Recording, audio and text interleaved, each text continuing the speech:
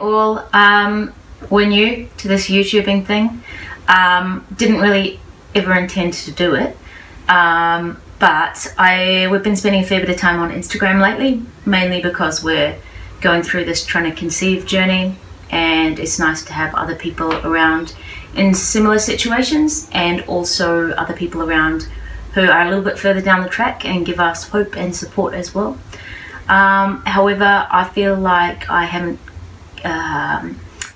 contributed that much, and I feel like I read all these comments from women who are struggling with anxiety or mood, maybe for the first time, or maybe it's just worse than usual for them, and I don't comment back because I am a complete chicken about this stuff sometimes.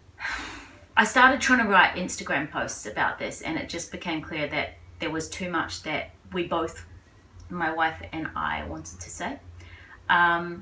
So we decided to make a couple of videos. We'll hopefully keep on making videos about things as time goes on. This first one is basically a really brief version of my story about my mental health. It's certainly the abridged version. It was far longer and more torturous than any of this, but that's just to give you some context, really. The main point of these videos is that I want to talk about the strategies that people gave me, and the strategies that I have chosen out of hundreds that people have tried to teach me, the ones that work for me, in the hopes that maybe they'll work for some of you as well. Other videos, we'll do a quick one about trying to conceive and the overlap with mental illness, or symptoms of mental illness, I guess. And then we'll do a video or two, I guess, about those strategies, and we'll try and link to some info about them. But I better stop talking. I am just going to read my story for this one, mainly because I wrote it first, if you know what I mean. I didn't write this as a video. I wrote it as something to be read, and I guess it's just better to leave it that way. I hope that doesn't make it too boring for you. More to come. Alright, here goes. I'm always anxious about sharing vulnerability. I've had a lifetime of struggling to trust the world, and years of trying to undo strategies that were logical and self-preserving and effective in one time, and yet deeply entrenched and counterproductive in the wonderful life I find myself in now. Sometimes I feel like my silence leaves others isolated, when in fact they're surrounded by people hiding the fact that they're just the same. I feel like my words of comfort, normalization, support mean less because my own silence implies guilt or shame. I've had so much support, so much of other people's time, so much effort and thought and education that I'm wasting or hoarding or selfishly keeping to myself if I read comments and questions about mental health that I'm too afraid to post back. But I'm a doctor, I think. People will think less of me professionally, or even of my profession, if I speak. But I told others there's no shame in this. Doctors wouldn't understand and they would judge me. This doesn't happen to us. But doctors have the highest suicide rate of any profession.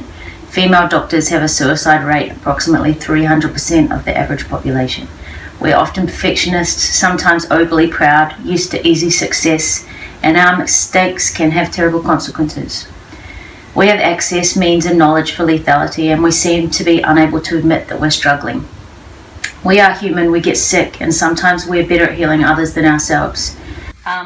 I'm terrified to post this, but I feel an obligation. I feel like the help I've received and the way I counsel others about mental health means less if I hide in the shadows. Right now, I'm well, and I have been for quite some time.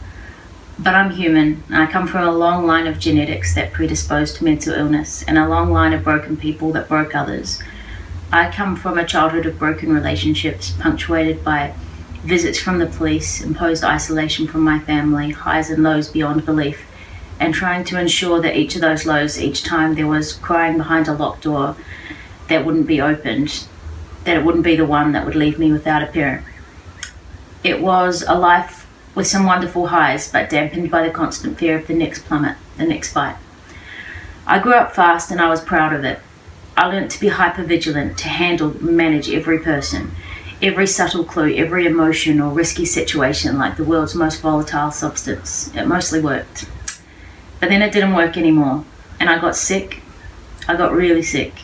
I didn't think I would survive. My doctor warned the bureaucrat, my wife, if you don't know, that I might be right. I stopped functioning. Sometimes I couldn't work. I cried all the time and I worried constantly. I didn't sleep like other people. I became underweight for the first time in my life. I enjoyed nothing and I fought the overwhelming desire not to exist. The bureaucrat stayed awake with me all hours of the night. She read me to sleep. She locked up pills and knives. She watched constantly for secret goodbyes. She suffered. My doctor told her it was okay to leave me, that it's too much to carry, but she didn't. It wasn't a short period of time. I did seek help, but the first things didn't work and the trial and error felt never ending. One day it got so bad that sitting crying in the car, the bureaucrat told me if I had to leave this life it was okay, that she didn't want me to suffer anymore if I couldn't hold on. She cried like I've never seen before. She cried like someone letting go. It was the most selfless thing anyone had ever done. And I was overwhelmed with guilt, but also a new resolve to keep fighting. If she could let me leave to ease my suffering, then I could stay to prevent any more of hers. I'm well right now. Perhaps 8 years have passed since this worst episode. There have been others, but never as deep. And I have tools to deal with it before things become so severe. I know that for me this is chronic and episodes will come and go. I manage this like diabetes or heart disease and I will go on managing it for the rest of my life. I struggle to write this because people think of me as this happy-go-lucky person and I like that. That's my identity. It's how I see myself. People constantly comment on how I'm always smiling or I never seem grumpy, except the bureaucrat. When these diseases are managed, as they almost always are, my true self is there, and I really do believe that I'm happier than your average person. I laugh easily, I don't cry often, I'm outgoing and funny and modest. But I love my life. As such, I don't want to be overly dramatic, and I worry that this will mislead people into seeing me as this sad person that I'm not. Illness made me that for a while, and it likely will again, but it's not who I am. I haven't gone into too much detail in this video about what went on in those bad times, I guess because what I really wanted to write about was the ways that I've been helped and the strategies that I have, in my bag of tricks, in the hopes that maybe it can help some other people fighting this stuff, or also, maybe it can just help people going through the process of trying to conceive, or new parents, whatever it be that's making you feel the same symptoms of depression or anxiety, but without the label.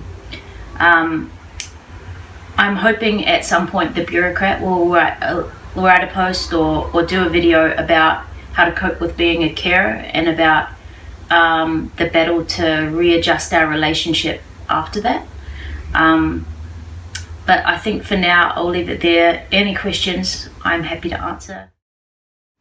So next little video in this sort of mini series will be a short one, I think, just a little bit about the overlap, I guess, between mental health and trying to conceive. So we will catch you then. Till then, keep trucking.